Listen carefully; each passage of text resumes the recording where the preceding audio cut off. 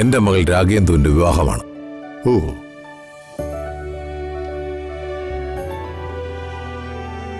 ശ്രീ ആറന്മുള ഗംഗാന്റെ മകൻ രാജീവാണ് വരൻ. ഈ വരുന്ന ഓഗസ്റ്റ് 10 വിവാഹം. ബാക്കിയെല്ലാം ക്ഷണക്കത്തിലുണ്ട്.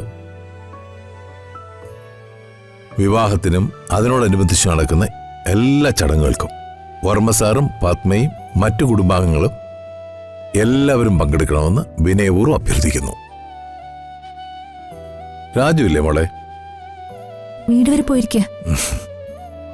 രാജുവിനോട് പറഞ്ഞേക്കണേ പ്രത്യേകം. പറയാങ്കൾ. ആദ്യത്തെ കുറി കൊടുക്കുന്നത് വർമ്മ സാറിനാണ്. അത് കൊടുത്ത് സാറിന്റെയും പത്മാന്റെയും അനുഗ്രഹം വാങ്ങിക്കണം.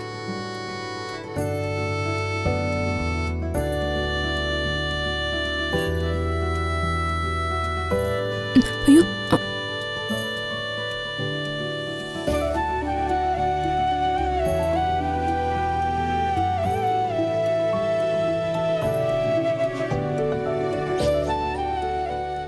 എന്റെ തിരക്കിനെ കുറിച്ച് ഞാൻ പ്രത്യേകം ആരോടും പറയേണ്ടതില്ലല്ലോ. അപ്പൊ വർമ്മ സാറേ, ഞങ്ങൾ ഇറങ്ങട്ടെ. ശരി. സദാശിവൻ സാറേ, ഒരു കാര്യം പറയാനുണ്ടായിരുന്നു.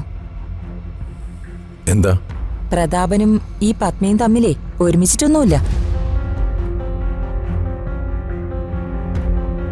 ഇവള് അവകാശവും പറഞ്ഞ് ഇങ്ങോട്ടേക്ക് ഇടിച്ചു കയറിയതാ. ഇവളും ഇവനും തമ്മില് ഇപ്പോഴും ബദ്ധശത്രുക്കള് തന്നെയാ. എന്ന് വെച്ചാ അംബിക ഇപ്പോഴും പൂർവാധികം സന്തോഷത്തിലാണ്. നല്ല കാര്യം. ശ്രേഷ്ഠനും ആദർശധീരനുമായ പ്രതാപവർമ്മ എന്ന രാഷ്ട്രീയ നേതാവ് ഇപ്പോഴും അന്ധകകൂപത്തിലാണ്. പോട്ടെ വർമ്മ സാറേ. വാ. ശരി എന്നാ.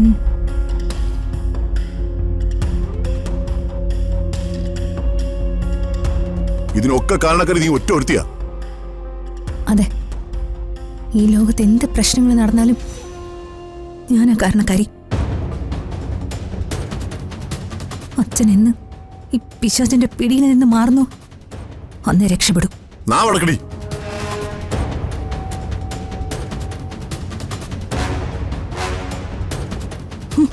ഇവരെ പിടിച്ച് ചങ്ങലക്കിടാൻ ഇവിടെ ആരുമില്ലേ? നിർത്തടി.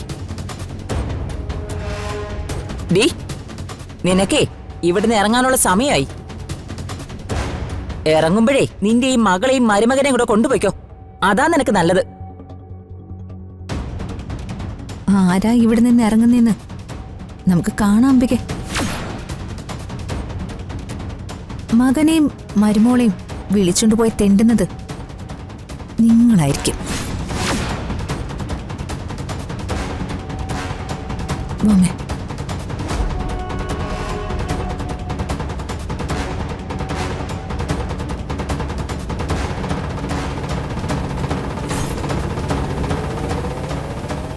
ഇവിടുന്ന് ഞാനങ്ങ് പോവും.